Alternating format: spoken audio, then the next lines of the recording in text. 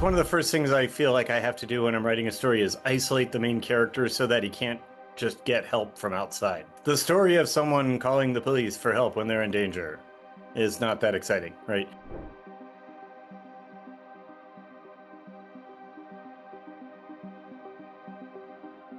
I went way down all kinds of rabbit holes to design Iridian biology. And among other things, their body is basically like almost a sealed ecosphere. They only interact with the outside world to like excrete and eat, and that's it. They don't breathe. They internally deal with gas exchange and stuff. And so, with that in mind, I'm like, they can't just take in air and then spit it out to make sounds like we do. So they have to have internal like sound bladders or something like that. So basically pushing air back and forth across something like vocal cords. And so I thought, well, what would that even sound like? And I thought, like, well, that's what whales do. They push air into their mouth and then re-inhale it and push air into the mouth so they can do whale song while staying underwater. So it's kind of like, you know.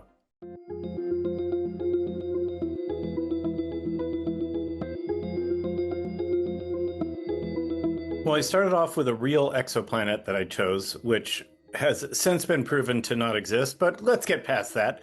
At the time I wrote it, it was believed that it existed. It's a planet very, very close to the star 40 Eridani, so close that it orbits once every 46 days.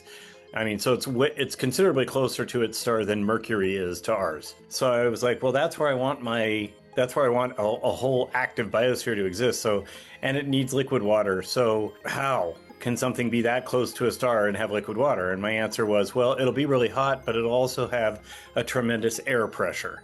Because if you increase the air pressure, you increase the boiling point of water. But it's kind of hard to have a really thick atmosphere when you're right next to a star because the solar wind acts like a sandblaster that'll pull your atmosphere off.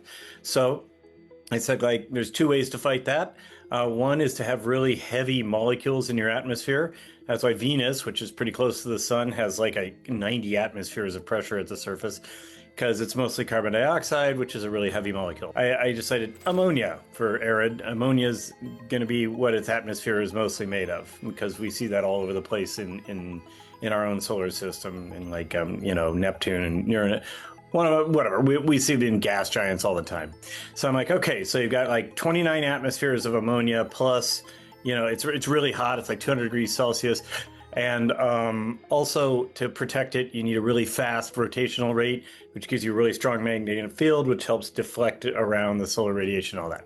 So then I'm like, all right, now that's the environment that at least has some liquid water. Now what life can I do? And I'm like, well, the life would be the atmosphere is so thick, I don't know if the sunlight would get to the surface. So instead, their atmosphere would act kind of like an Earth ocean. There'd be things in the upper atmosphere that absorb light and reproduce that way, and then things below them that eat that, and then things below them that eat that. I mean, light only gets, like 20 meters or so into our ocean, but we have things living way further down than that. That's why when you get all the way down to the surface, you've got the Aridians, which are like the apex predators of their planet, just like we're the apex predators of ours. And so I had to design their morphology and biology around those constraints. Because I've already defined that their atmosphere is like ammonia. Like they're not exchanging gases with the atmosphere. It's not like there's plants doing their thing and animals doing their thing like we have on Earth. So the only way to exist would be to have plant-like cells and animal-like cells doing that exchange internally. Like, so basically an Iridian's body is like a little biosphere internally. And like I said, it only opens up to like gather food. As long as it can keep getting energy, it can maintain everything it needs for that biosphere. Basically, an Iridian is like almost like a spacecraft that has like biological cells as its crew, or like if a beehive could walk. It's like, so the bulk of its mass is non-biological stuff that its worker cells made, which, just like your hair, your fingernails, your teeth, the lenses of your eyes, that's not living tissue. That's stuff that your cells made because your body needed it, and now it's done. And so for an Iridian, I just like turned that up to 11. An Aridian only has about like 2 or 3, I think I decided around 5 kilograms of actual biological matter running around and doing stuff, but weighs like 300 plus kilograms. So they just collect things, put it over there, collect things, put it over there. They basically built a kind of a spacecraft for themselves. They're a community of single-celled organisms. It's not like there's a cell thinking things through.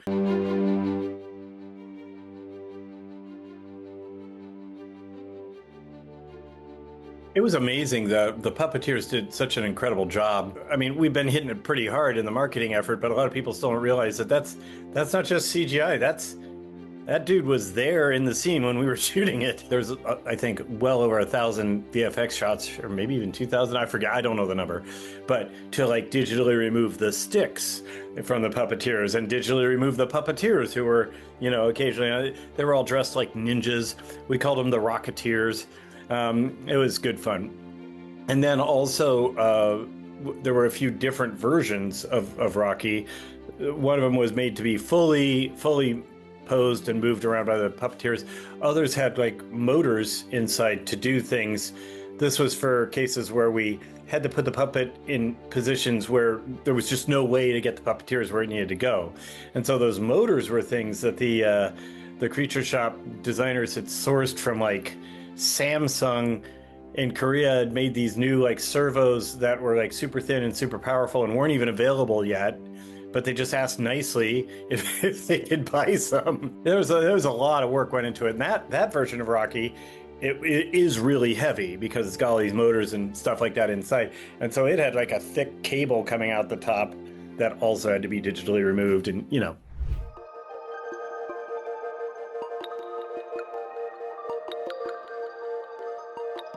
Well, one thing that I learned was a lot, and I think this did I credit Andrew Howell? I don't Yes. remember. Yeah, okay, yeah. I learned from him. I was talking to him. I was like, okay, so here's the scenario. There's this microbe, and it's eating the stars. Well, not eating the stars, but living on the stars, and it's like an algae bloom, and it spreads out. And I'm like, so all the stars in our local cluster, like the very, very localized stars around Tau Ceti, so everything within 20 or 30 light years is, dimming. Like, between 1 and 10% dimming. And I'm like, how long would it take astronomers to notice that? And he said, forever. They would never notice it. It's like astronomers aren't looking at Sirius and Alpha Centauri. They're not looking at the stars that are right next door. They're looking at galaxies way far away to see how much the infrared or radio wave radiation bent as it came through space to try to understand all this stuff. So the people who would notice it would be the amateur astronomers, because there are some hardcore amateur astronomers that just do it for the love of the game, and they record their findings, and there's entire like communities of them online.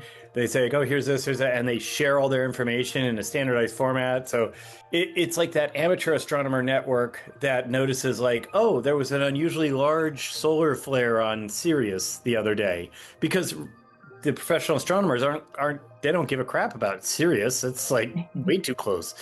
And so he said, interestingly, this global, seemingly catastrophic global event would be first detected by, well, the Petrova line and stuff like that. Irina Petrova within the story is a real astronomer, and she was looking for information about IR background radiation from far away, and then she spotted that Petrova line and stuff like that. But finding out that it's happening to all the stars within the story had to be done by amateur astronomers saying, hey, by the way, guys, which is really neat. It's like if you imagine a bunch of like NASA engineers working on something, and then it's just like model rocket enthusiasts who have to come in and provide a key piece of the puzzle.